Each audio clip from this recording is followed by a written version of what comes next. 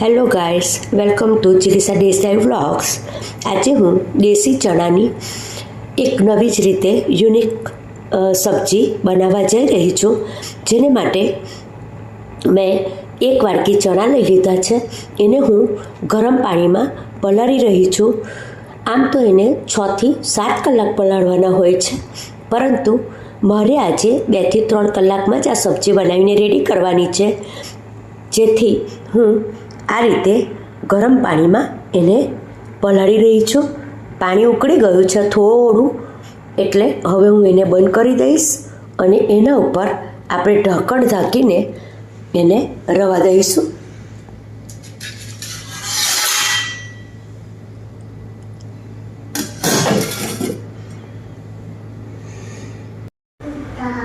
આ ચણાને 2 થી 3 કલાક પલાળ્યા તેને થઈ ગયા છે. તો હવે આપણે એને બાફવા મૂકી દઈશું. દેશી ખૂબ જ નાના ચણા છે, એટલે એને ચડતા જરાક પણ વાર નહીં લાગશે.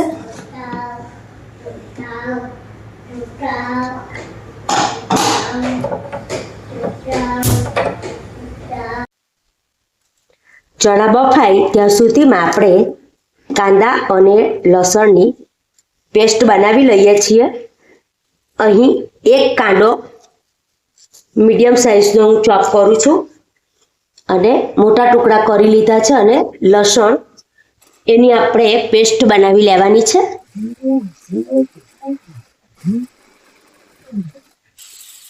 ત્રણ વિસલ થઈ ગઈ છે. હવે આપણે ગેસને બંધ કરી દઈશું.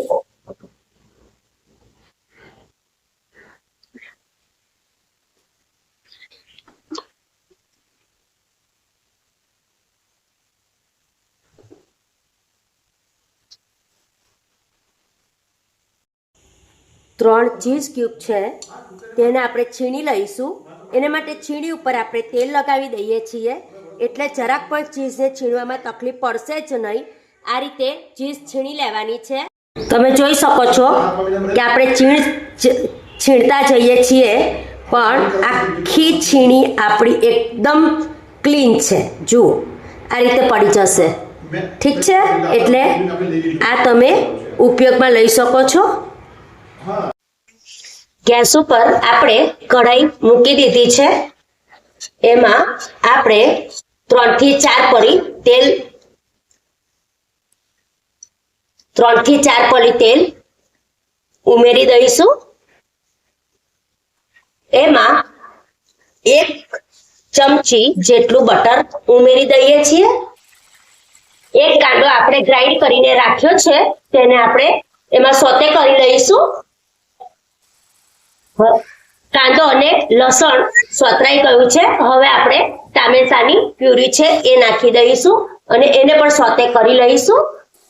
તમે જોઈ શકો છો કે હજી પણ એમાં પાણીનો ભાગ બાકી છે, તો આપણે એ પાણીનો ભાગ બધો બાળી નાખવાનો છે.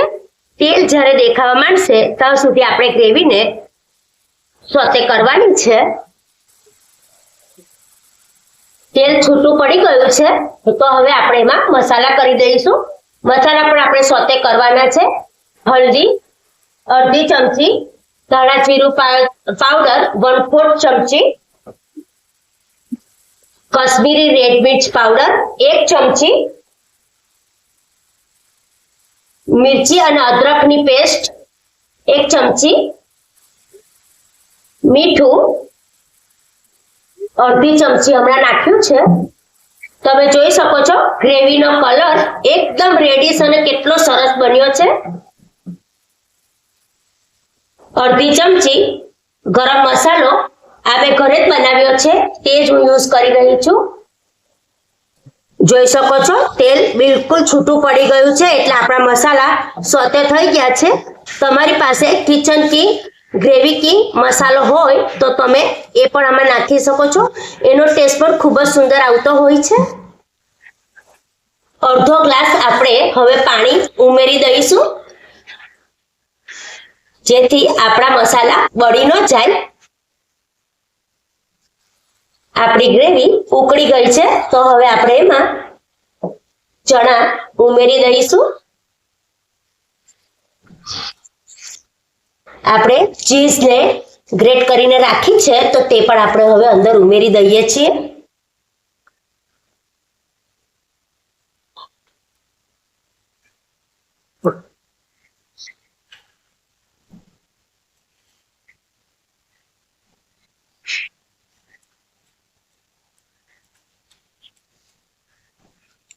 ચીઝી અને ક્રીમી આપણા દેશી ચણા હવે રેડી થવા આવ્યા છે.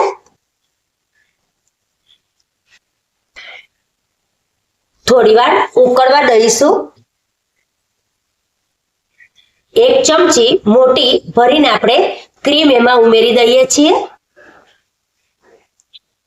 જેનાથી આપણે ગાર્નિશ કરીશું.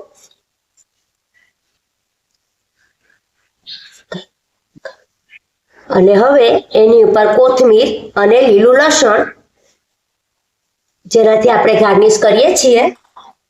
તો આપણી સબ્જી રેડી થઈ ગઈ છે. તમે પણ આ રીતે સબ્જી આ બનાવો. સબસ્ક્રાઇબ કરો, બેલ આઇકોન દબાવો, લાઈક કરો, શેર કરો એન્ડ એન્જોય.